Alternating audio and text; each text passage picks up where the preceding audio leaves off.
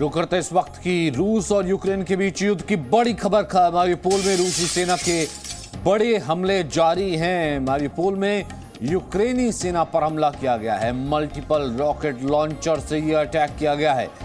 Multiple rocket launcher से हमला किया गया है। लेटेस्ट ये तस्वीरें हैं। लेटेस्ट फिलहाल ये खबर है कि मारिउपोल में अब भी लगातार रूसी हमले जारी हैं और ये जो हमला किया गया है ये यूक्रेनी सेना पर किया गया है मल्टीपल रॉकेट लॉन्चर से।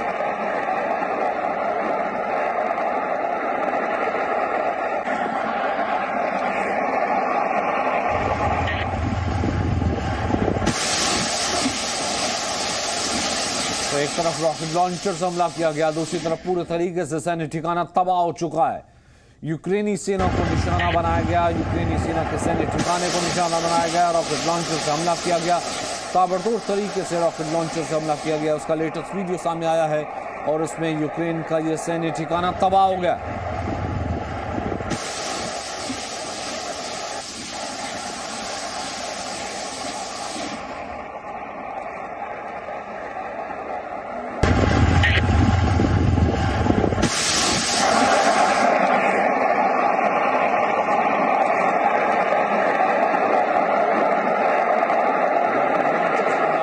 पूरे तरीके से सैन्य ठिकाना तबाह हो गया।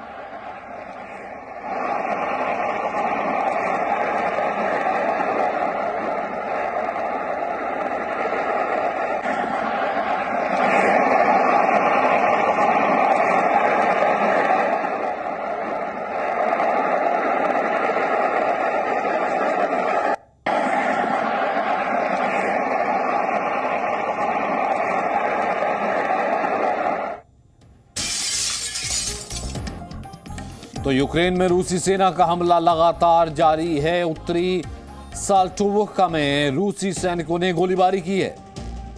फिलहाल उत्तरी साल्टोवोका में रूसी सैनिकों ने गोलीबारी की है। रूस की सेना लगातार आगे बढ़ती चली जा रही है और उन जगहों पर जहां पर उसका कब्जा है वहां से आगे बढ़ते हुए फिलहाल ये खबर आ रही है कि साल्टोवोका की तरफ वो आगे बढ़ी है और वहां पर भी गोलीबारी की खबर है। तो रूसी सेना के हमले लगातार जारी हैं। साल्टोवोका में गोलीबारी की खबर आ रही है। रूसी सैनिकों ने गोलीबारी की है। रूसी सेना का हमला अब भी जारी है। उत्तरी साल्टोवोका में रूसी सैनिकों ने गोलाबारी की है।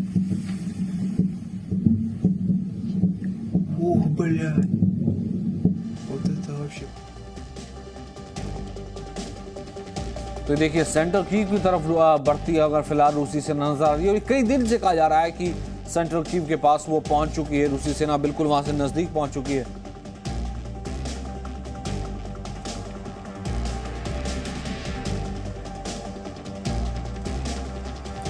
ये देखिए सेंट्रल कीव की तरफ रूसी सेना बढ़ती हुई नजर आ रही है। अगर हम यहां पर बात करें तो क्रीमिया की तरफ जो है रूस का कब्जा है, खारसोन में रूस का कब्जा है, ज़ैपोरिज़िया में रूस का कब्जा पहले हो चुका है, खार्किव में हमने लगातार जारी है। खार्किव में अब भी लगातार वहां पर गोलीबारी की खबर आती रहती है, लेकिन कमोबेश हम ये कह सकते हैं कि रूसी सेना का कब्जा हो चुका है। सुमी में भी रूसी सेना का कब्जा है, वहां पर भी हैवी बम्बार्डमेंट की खबर आ रही थी। वहीं दूसरी तरफ चर्निहिव में भी रूसी सेना का कब्जा है और कीव में भी आप ये देख सकते हैं कि किस तरीके से कीव की तरफ जो है, कीव के जंगलों की तरफ रूसी सेना बढ़ती हुई नजर आ रही है। कीव के जंगलों की तरफ ये लड़ाई काफी ज्यादा तेज हो गई थी। आल्टली की लड़ाई थी। अगर हम यहाँ से बात करें तो ललीव की अगर हम बात करें तो यहाँ पर भी और उसके बाद खरसोन में भी और क्रीमिया में भी। तो ये हम कह सकते हैं यूक्रेन को चारों तरफ से घेरते हुए फिलहाल जो रूसी सेना जो है आगे बढ़ रही है। तभी पुतिन लगातार ये कह रहे हैं कि वो हार मानने को तैयार नहीं है। पुतिन लगातार कह रहे हैं कि जिस तरीके से हमने प्लानिंग की थी उस प्लानिंग तरीके से ही हम आगे बढ़ रहे हैं। वो इस बीच चर्निहिव में रूस का बड़ा हमला हुआ है। चर्निहिव में रूस का बड़ा हमला है। यूक्रेनी सेना के रिपेयर प्लांट पर हमला किया गया। यूक्रेनी सेना के रिपेयर प्लांट पर हमला किया गया है। प्लांट में ढेरों हथियार थे जो कि नष्ट कर दिए गए हैं। हमले में पूरे तरीके से प्लांट को तबाह कर दिया गया है और यूक्रेनी सेना ने यह बड़ा हमला किया है। यूक्रेनी सेना ने इस प्लांट को तबाह कर दिया है।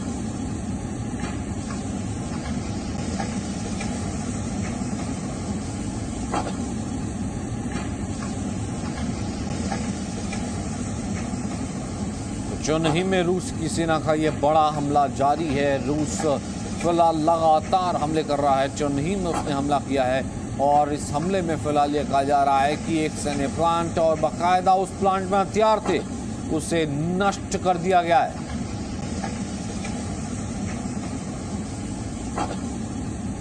उसे पूरे तरीके से नष्ट कर दिया गया है चुनही में।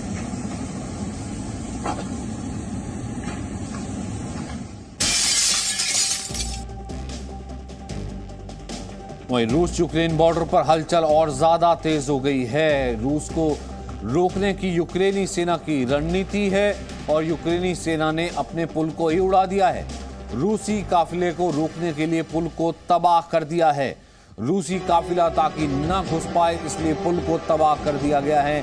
नीचे गहरी खाइयां हैं, बर्फ है और जिस तरीके से हमारे एक्सपर्ट कह रहे थे कि फिलहाल ये सीजन जो है साल में 1 या 2 बार आता है कि जब बर्फ जो है तब्दील होने लगती कीचड़ में, जब वहाँ गाड़ियों तक का चलना बहुत ज़्यादा दूभर हो जाता है और ऐसे में आगे जाने लायक और पीछे जाने लायक भी जो रूसी सेना के लिए का तकलीफ है वो ज़्यादा बढ़ती चली जा रही है। लेकिन रूस इस बीच लगातार हमले कर रहा है, ये कहते हुए कि उसने जो प्लान किया था उस हिसाब से चल रहा है। लेकिन यूक्रेन उसका जवाब भी दे रहा है। अपने पुल को उड़ाया उसने फिलहाल।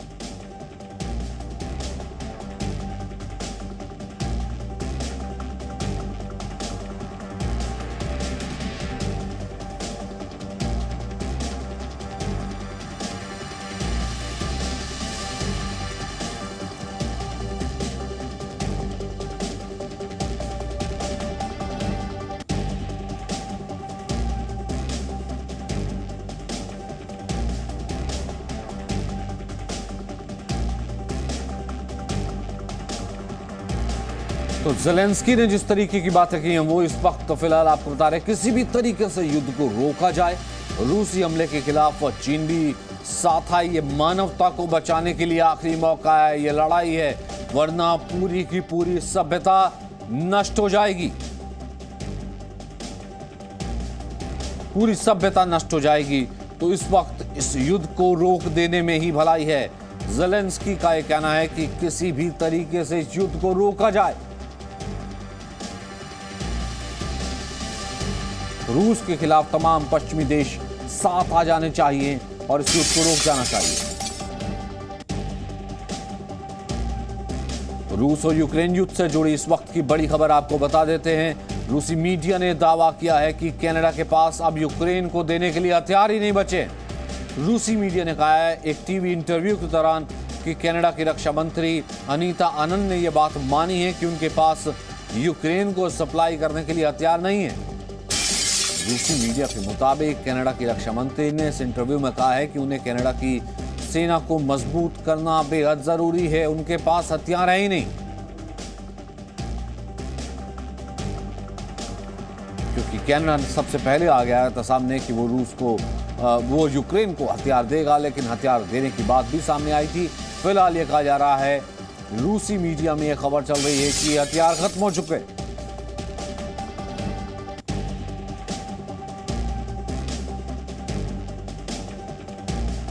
फिलहाल ये खबर है कि कनाडा के पास और हथियार नहीं है।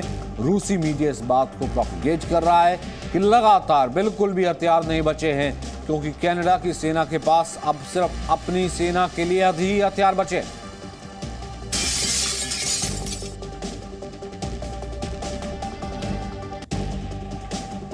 इस बीच जस्टिन ट्रूडो को भी बैन कर दिया था। रशिया ने, जस्टिन ट्रूडो ने भी लगातार, कनाडा ने काफी प्रतिबंध लगाए थे रूस पर और उसके बाद हथियार भी मुहैया करवा रहा था। लेकिन फिलहाल ये खबर है कि हथियार नहीं बचे हैं। वहीं यूक्रेन के कई शहरों में एयर स्ट्राइक के सायरन बज रहे हैं। आसमानी बमबारी के अलर्ट पर सायरन बजे। सुबह से ही ये सायरन सुनाई दे रहे हैं। हवाई हमले के सायरन कीव में, सुमी में, निकोलेव में, खार्किव में 8 शहरों में सुनाई दे रहे हैं। सुबह से ही एयर अलर्ट के सायरन सुनाई दे रहे हैं। लगातार ये एयर स्ट्राइक अलर्ट के सायरन हैं जो कि सुनाई दे रहे हैं।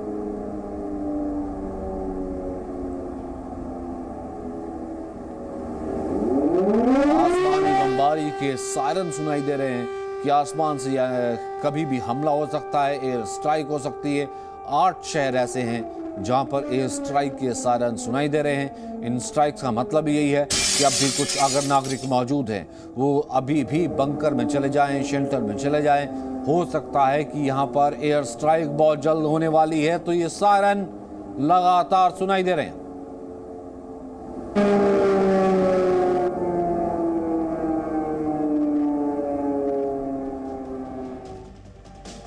तो रूस और यूक्रेन के बीच जारी युद्ध का नतीजा कैसे होगा, इसे आप 2 तस्वीरों से हम आपको समझाते हैं। कीव और मारिउपोल की हालत कैसी हो गई है, इन तस्वीरों से आप समझिए। खंडर में तब्दील हो चुका है पूरा का पूरा शहर। हर इमारत खाली है, वीरान है, बेबस है, कोई नागरिक मौजूद नहीं है। मारिउपोल पूरा मलबे में तब्दील होता नजर आ रहा है। कीव में जिस इमारत पर देखिए धुआं ही धुआं नजर आता है। मारिउपोल और कीव, यानी कि अगर ये युद्ध खत्म भी यहां पर हो जाता है तो अपने पीछे कितने गहरे निशान छोड़ करके जाएगा, ये बता देना यहां से साफ पता लगता है कि मारिउपोल और कीव पर हमले के बाद ये कितने गहरे गहरे निशान यहां से छोड़ करके जाएगा। मानिए सभ्यता के ऊपर, जिसका जिक्र यहाँ पर ज़ेलेंस्की कर रहे हैं, लेकिन ये तो आने वाला वक्त बताएगा कि ये ज़ेलेंस्की की जिद थी या पुतिन की वार्निंग के बावजूद जो है ज़ेलेंस्की नहीं संभले और यूक्रेन को युद्ध में ले गए। तो मारिउपोल और कीव तस्वीर।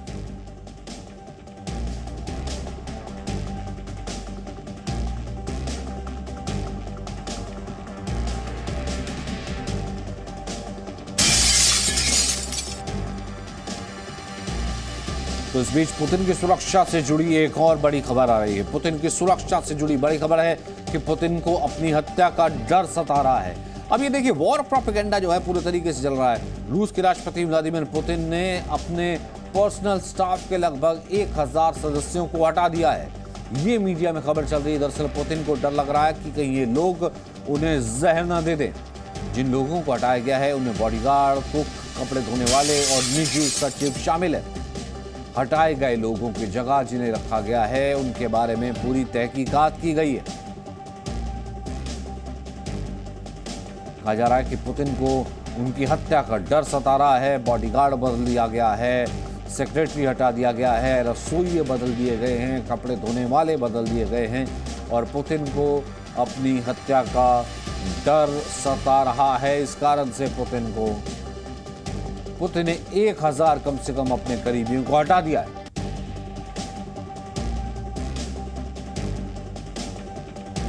Presenting B News app, available on Google Play and App Store. Download it now.